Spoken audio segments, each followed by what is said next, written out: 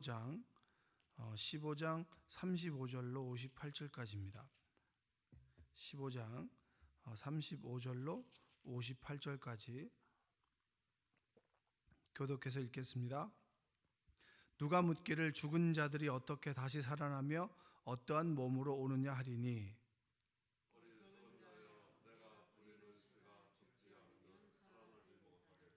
또 내가 뿌리는 것은 장래의 형체를 뿌리는 것이 아니요 다만 밀이나 다른 것의 알맹이뿐이로되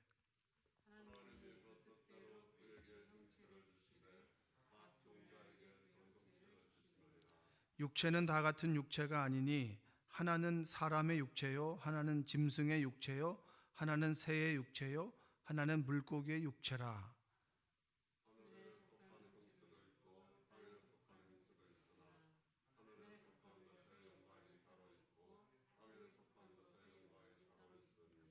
해의 영광이 다르고 달의 영광이 다르며 별의 영광도 다른데 별과 별의 영광이 다르도다.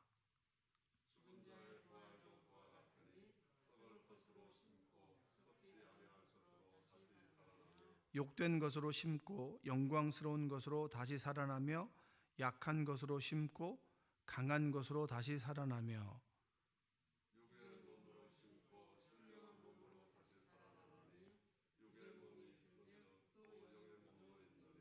기록된 바 첫사람 아담은 생령이 되었다 함과 같이 마지막 아담은 살려주는 영이 되었나니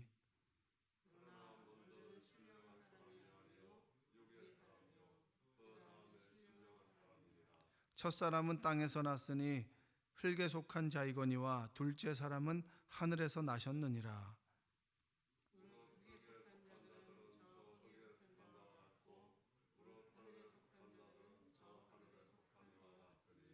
우리가 흙에 속한 자의 형상을 입은 것 같이 또한 하늘에 속한 이의 형상을 입으리라.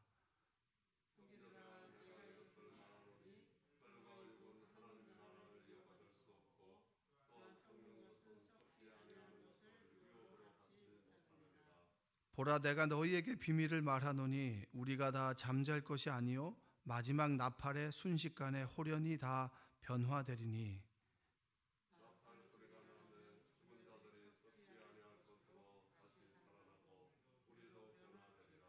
이 썩을 것이 반드시 썩지 아니할 것을 입겠고 이 죽을 것이 죽지 아니함을 입으리로다.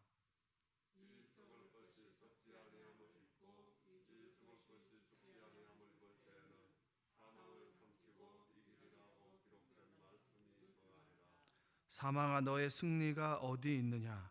사망아, 내가 쏘는 것이 어디 있느냐?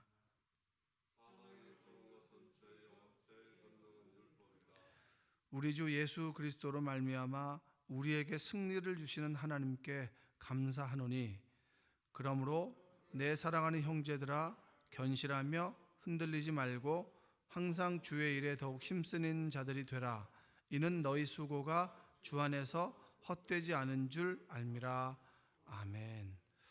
오늘도 하나님의 은혜가 여러분의 삶 가운데 함께하기를 주님의 이름으로 축복합니다.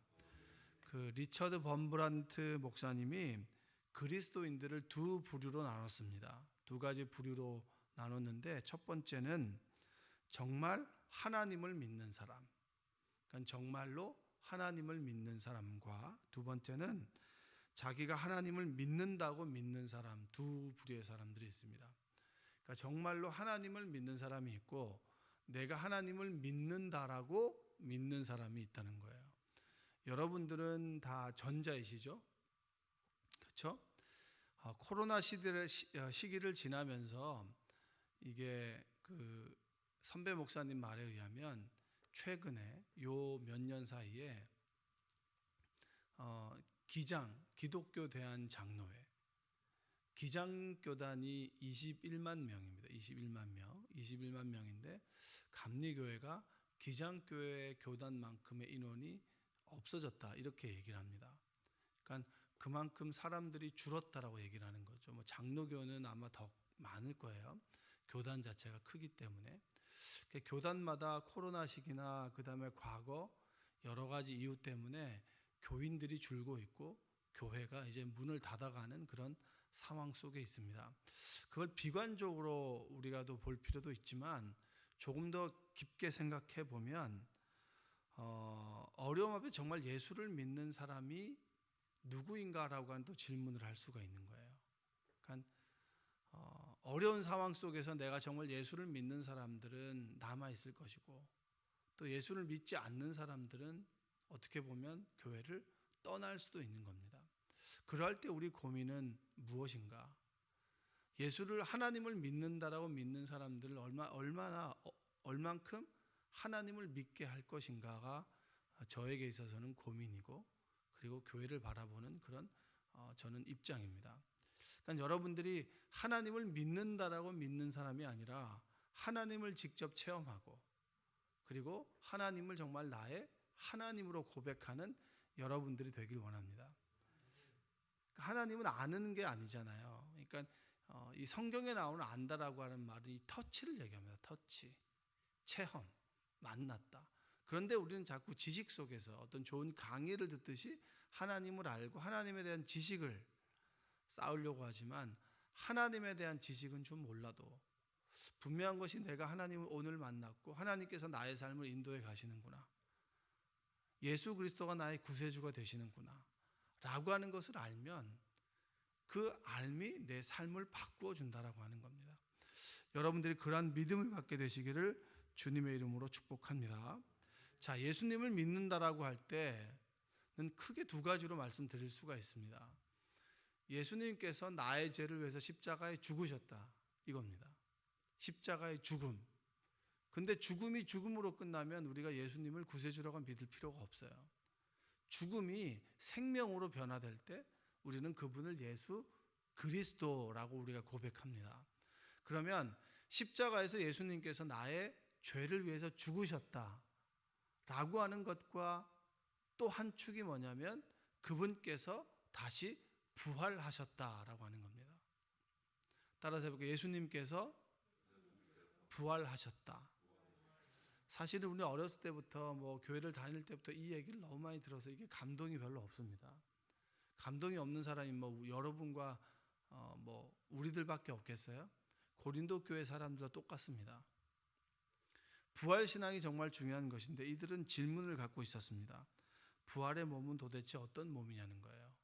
어떻게 부활하고 어떤 몸을 가지고 있느냐는 거예요. 여러분도 그런 질문 가지고 계시죠? 어떻게 부활하고 그리고 어떤 모양으로 또 언제 부활하게 될 것인가 라고 하는 질문을 당연히 갖게 되는 겁니다. 그것에 대해서 바울이 우리에게 답변을 해주고 있습니다. 35절의 말씀을 한번 읽어보겠습니다. 35절 시작. 누가 묻기를 죽은 자들이 어떻게 다시 살아나며 어떠한 몸으로 오느냐 하리니. 이 질문을 여러분도 갖고 계시지만 아마 동서고금을 막론하고 그리고 과거, 현재를 다 통틀어서 이 질문은 누구나 갖고 있을 거예요. 부활을 한다는 얘기는 내가 믿고 싶은데 믿는데 그러면 어떻게 변화될까? 어떠한 몸의 모습을 가지고 변화될까? 그리고 언제 변화될까라고 하는 질문을 우리는 늘 가지고 있습니다. 이 질문에 대해서 36절에 이렇게 얘기합니다. 어리석은 자여 내가 뿌리는 씨가 죽지 않으면 살아나지 못하겠고 하면서 쭉쭉쭉쭉 이렇게 설명을 해줍니다. 이 질문을 묻는 사람이 어떻게 보면 참 어리석다는 거예요. 어리석다. 왜냐? 그는 하나님을 만나지 못한 사람이고 그리고 끊임없이 주님께서 하신 말씀을 들었음에도 불구하고 깨닫지 못한 사람, 우리 같은 사람이라는 거예요. 부활의 몸이 어떤 것이냐라고 했을 때 씨와 나무로 설명을 해줍니다. 근데 여러분 정확하게는 몰라요. 주님께서 다시 오실 때 그때 우리가 눈으로 보고 만질 수 있고 깨닫게 되겠죠. 그러나 바울은 그의 환상 속에서 그리고 그가 주님과의 만남을 통해서 깨닫게 된 거예요. 아, 부활의 몸은 이런 것이구나. 우리가 이렇게 변화될 것이다. 근데 중요한 것은 뭐냐? 지금과는 다르다는 거예요. 지금의 우리가 아프고 연약하고 그리고 욕되고 죄된 육신과는 다르다는 거죠. 다르게 변화된다는 거예요. 쉽게 말하면 좋게 변화된다는 겁니다. 자, 씨앗은 여러분 볼품이 있어요, 없어요? 씨앗은 별로 볼품은 없잖아요. 그런데 그 씨앗을 심고 씨앗이 죽고 난 다음에 씨앗에 싹이 트고 싹이 터서 나무가 되고 열매가 된 모습은 어떠세요? 볼품 없습니까? 그렇지 않잖아요. 저는 나무 중에서 좋아하는 나무 중에 하나를 꼽으라면은 감나무를 꼽습니다. 감나무는 정말 그 열매가 맺힐 때가 되면은 정말 풍성하잖아요. 근데 감나무의 씨앗은 별품 없잖아요. 별로 보잘것없고 아름답지도 않습니다. 그러나 그 씨앗이 땅에 심겨져서 죽고 그리고 거기서 싹이 돋고 나무가 되고 그리고 계절이 되어서 열매를 맺으면 그 나무는 정말 풍성한 나무가 됩니다. 그래서 씨와 나무의 모습으로 지금의 우리의 모습은 뭐냐? 씨와 같은 모습이다. 그런데 우리가 부활할 몸은 나무와 같이 또 열매와 같이 풍성하고 아름답고 튼튼하고 그리고 괜찮은 모습일 것이다. 이렇게 바울이 설명을 해주고 있습니다. 자, 한번 읽어볼까요? 42절부터 44절까지 한번 읽어볼게요.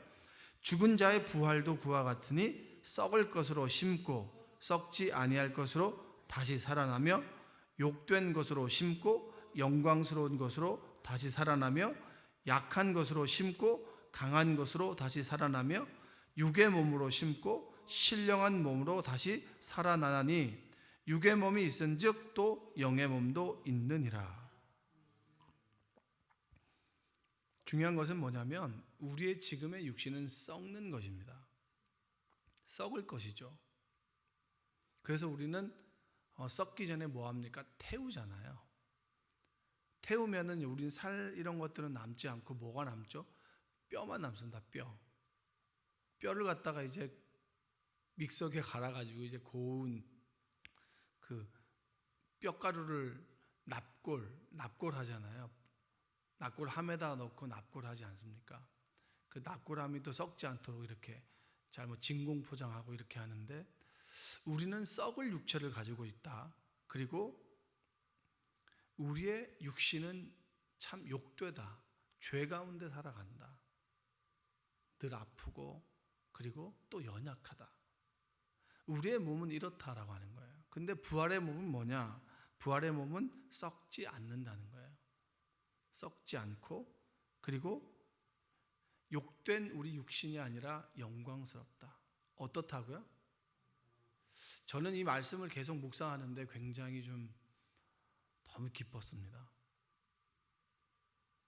참 나는 연약하고 썩고 그리고 신령하지도 않고 약하며 늘 병에 걸리기도 하고 그리고 늘 깨어지고 부서지는 그런 육체를 가지고 있는데 그 육신이 변화된다는 거예요. 신령하고 강하고 그리고 볼품없는 것이 아니라 아름답고 영광스럽고 우리의 육신은 낡고 후패하잖아요. 그래서 나이를 먹으면 먹을수록 어떻게 되는 거죠? 쪼그라들기도 하겠죠. 그 다음에 쭉 줄기도 하겠죠.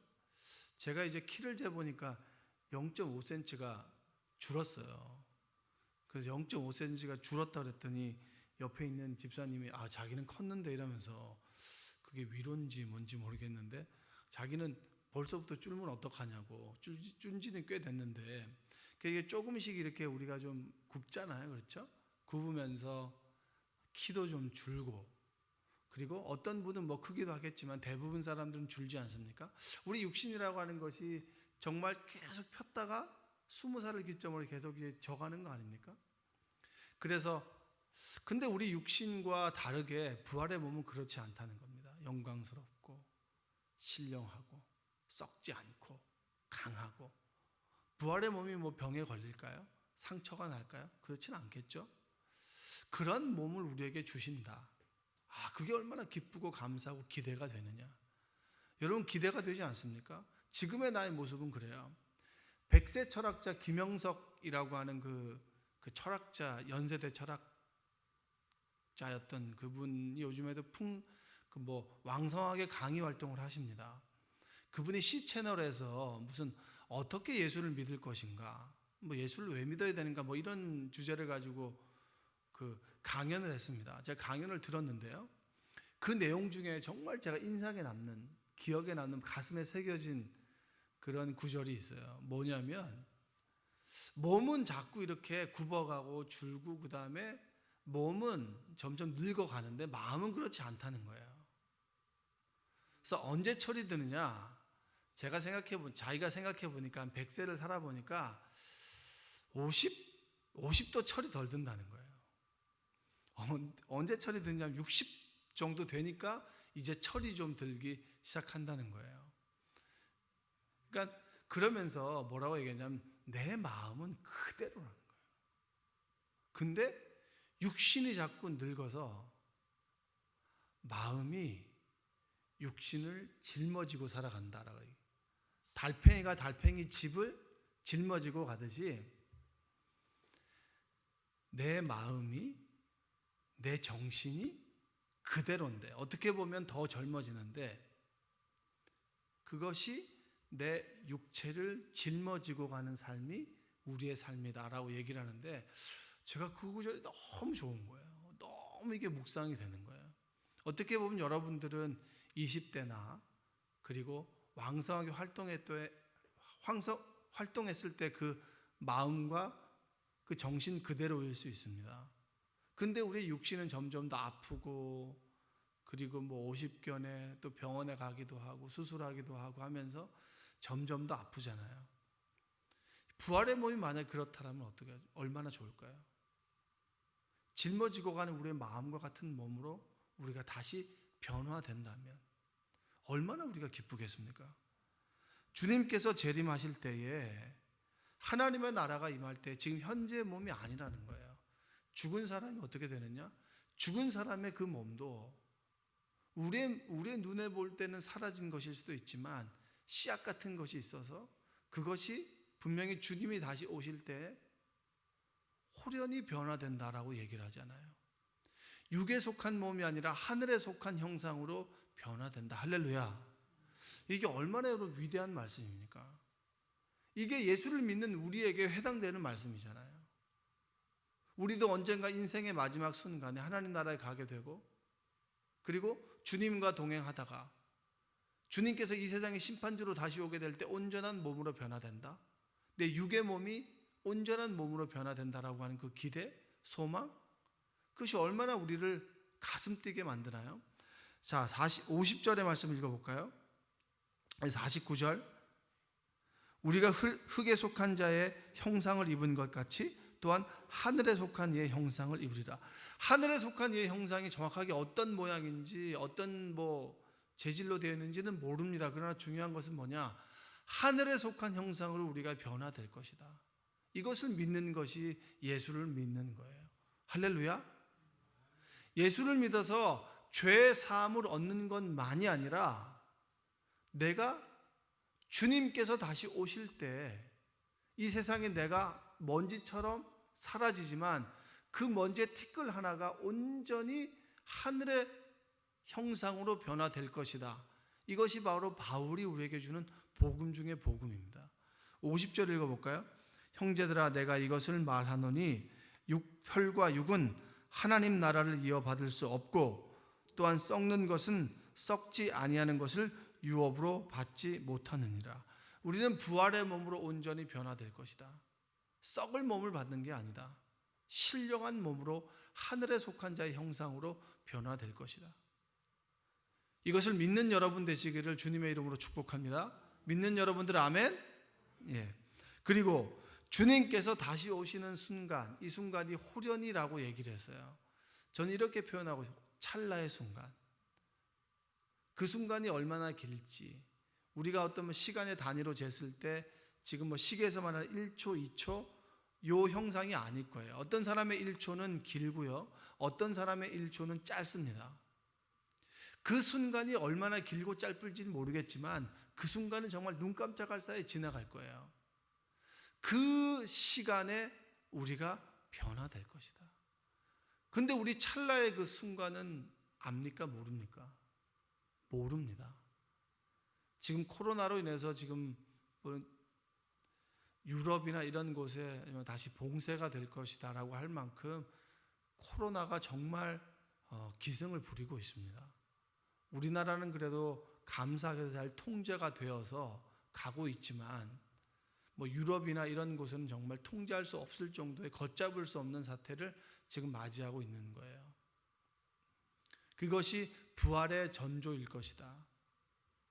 인간의 말세 가운데 하나님 말씀에 전염병, 그 다음에 악한 것, 이런 것들이 막 드러나게 되고 전쟁이나 지진이나 기근이나 이런 것이 드러나게 된다라고 말씀하셨으니까 그 말씀에 비추어 보면 인간의 마지막을 향해 달려가는 건 맞아요. 지금 오실지 내일 오실지 우리는 모릅니다. 그러나 분명한 것은 순간 주님께서 다시 오실 때 우리는 변화될 것이다. 그러면 지금 이 순간 우리가 해야 될 것은 뭐죠? 믿음을 지켜나가는 거예요. 할렐루야. 예수 그리스도가 나의 죄를 위해서 죽으셨고 그리고 부활하셨다라고 하는 그 믿음, 승천하셔서 하늘 보좌 계시고 하나님의 영을 우리에게 부어주셨다. 성령께서 지금 우리와 동행하시고 우리를 하나님의 사람으로 만들어 가시고 이끌어 가신다라고 하는 그 믿음, 흔들리지 않는 믿음이 우리에게 있을 때 우리는 부활의 몸으로, 신령한 몸으로 호련히 변화될 것을 믿습니다. 51절 52절 읽어볼까요? 보라 내가 너희에게 비밀을 말하노니 우리가 다 잠잘 것이 아니요 마지막 나팔의 순식간에 호련히 다 변화되리니 나팔 소리가 나매 죽은 자들이 썩지 아니할 것으로 다시 살아나고 우리도 변화되리라. 나팔 소리가 울리는 것이 뭡니까? 상징적으로 주님께서 다시 오시는 그날을 기대하겠죠.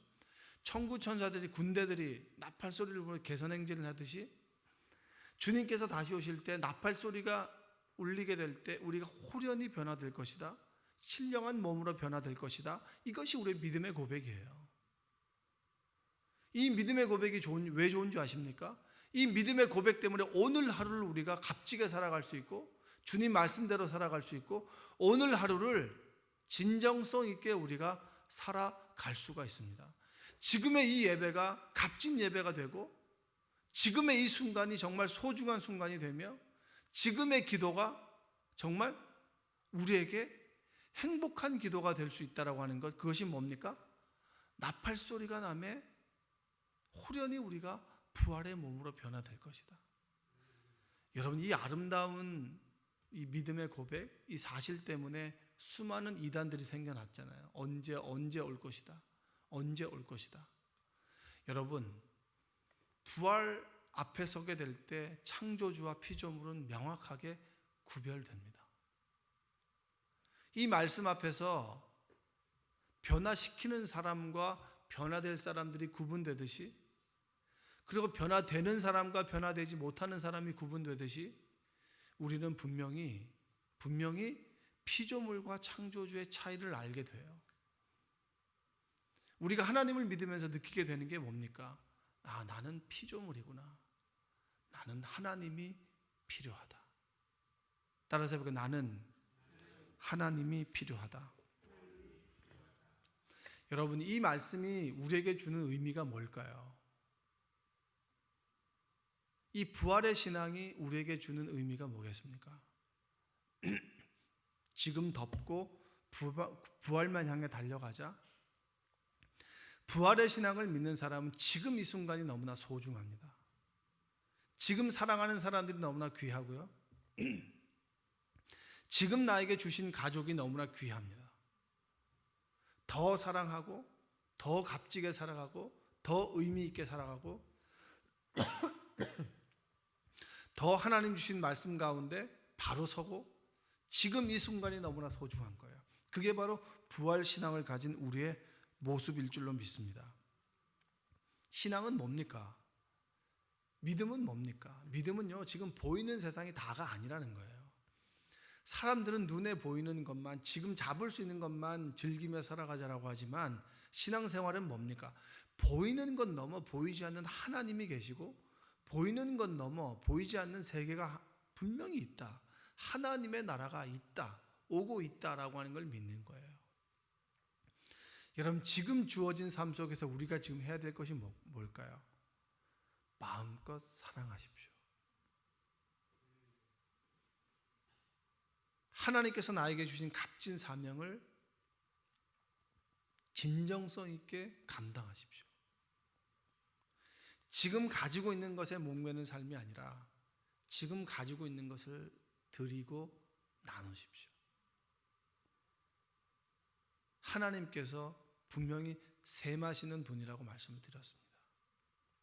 지금 우리의 삶 속에서 우리가 진실되게 하나님의 말씀과 그리고 지금 나에게 주어진 것을 움켜쥐는 것이 아니라 자꾸 펴고 나누고 섬기고 드리며 살아갈 때 하나님께서 우리의 삶을 셈하시고 우리에게 상 주시는 하나님이 되실 줄로 믿습니다. 지금 삶이 조금 어렵고 힘든가요? 하나님이 함께 계시기 때문에 그 속에서도 기쁨과 감사함으로 살아가는 여러분들 되시기 바랍니다. 교회에 대해서 여러분, 많은 학자들이나 그런 분들이 비관적인 얘기를 많이 합니다. 교회가 몰락할 것이다. 사회학적으로 보면 그런 얘기는 과거부터 계속 있었습니다. 근데 그 말도 맞아요. 기독교 인구가 이제 종교가 쇠퇴할 것이다라고 했지만 결국에는 종교는 늘어났습니다. 인구는 늘어났어요. 근데 중요한 건 뭔지 아세요? 선진국이나 우리나라 같은 데가 아니라 제3세계 아프리카, 중국 이런 데서 늘어남으로 숫자가 맞춰지는 거예요. 그러면 지금 우리나라는 앞으로 쇠퇴할 겁니다. 그러면 그 쇠퇴하는 것 속에서 매몰될 것이 아니라 왜 쇠퇴하느냐? 예수를 믿지 않는 사람들은 예수님을 떠날 것이고요. 예수님을 믿는 사람은 붙잡을 거예요. 저는 그런 얘기를 할 때마다, 비관적인 얘기를 할 때마다 늘 가슴에 새기는 건 뭐냐면 내가 지금 예수를 믿는가? 그리고 부활의 소망을 갖고 있는가? 여러분, 통계가 중요한 것이 아니라 내가 지금 무엇을 믿고 무엇을 따라 살아가고 있는가? 하나님께서 신앙을 주신 이 교회에서 내가 어떻게 신앙생활을 하고 있는가? 내가 지금 교우들과 어떻게 살아가고 있는가? 이것이 우리에게 더 중요한 사실입니다. 여러분, 부활의 소망을 믿고 부활의 소망을 가지고 오늘 하루를 값지고 아름답고 가치 있고 그리고 사랑하며 살아가시기를 주님의 이름으로 축원드립니다. 기도하겠습니다. 사랑과 은혜가 풍성하신 아버지 하나님 감사합니다. 부활하실 때 주님의 몸처럼 주님께서 나팔 소리와 함께 호련히 다시 오실 때 우리의 몸도 부활하신 주님과 같이 변화될 줄로 믿습니다. 시간에 구애받지 않고 고통당하지 않고 그리고 욕되고 더럽지 않은 영의 몸으로 신령한 몸으로 영광스러운 몸으로 변화될 것을 믿습니다. 그 소망을 가지고 오늘 하루 내 주어진 가정과 직장과 교회 속에서 만나는 관계 속에서 주님의 아름다운 덕을 선포하는 우리들이 되도록 주여 도와 주옵소서. 예수님의 이름으로 기도합니다. 아멘.